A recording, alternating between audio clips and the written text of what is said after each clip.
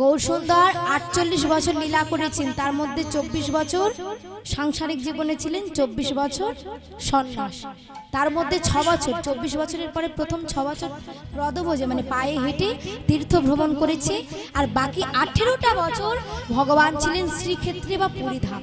আবার সেই 18 বছরের মধ্যে শেষ 12 বছর প্রভু ছিলেন গম্ভীরায়, মাত্র 3 জন ভক্তকে নিয়ে লীলা করেছিলেন। 3.5 জন ভক্তকে নিয়ে।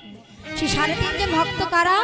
প্রথম হলেন রায় রামানন্দ, দ্বিতীয় হলো স্বরূপ দামোদর।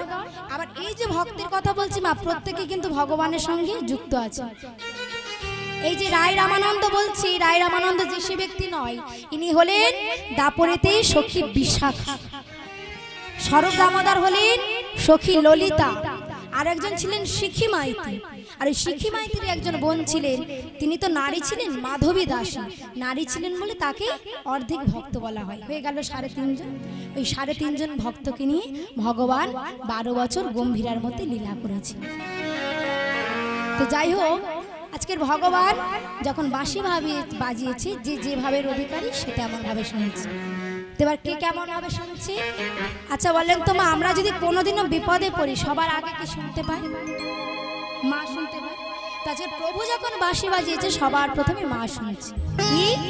যশোদা শুনিছে বাঁশি ননী মা বলে, যশোদা শুনিছে বাঁশি ননী মা বলে, যশোদা শুনিছে বাঁশি ননী মা বলে, যশোদা শুনিছে বাঁশি ননী মা বলে, হইল গঠির বেলা সুবহিরা ঘরে,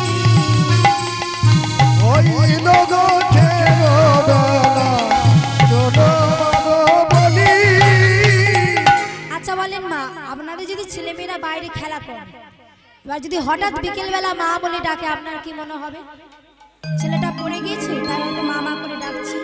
আর একটা মনে হবে কি, হয়তো ছেলেটার খিদে পেয়েছে।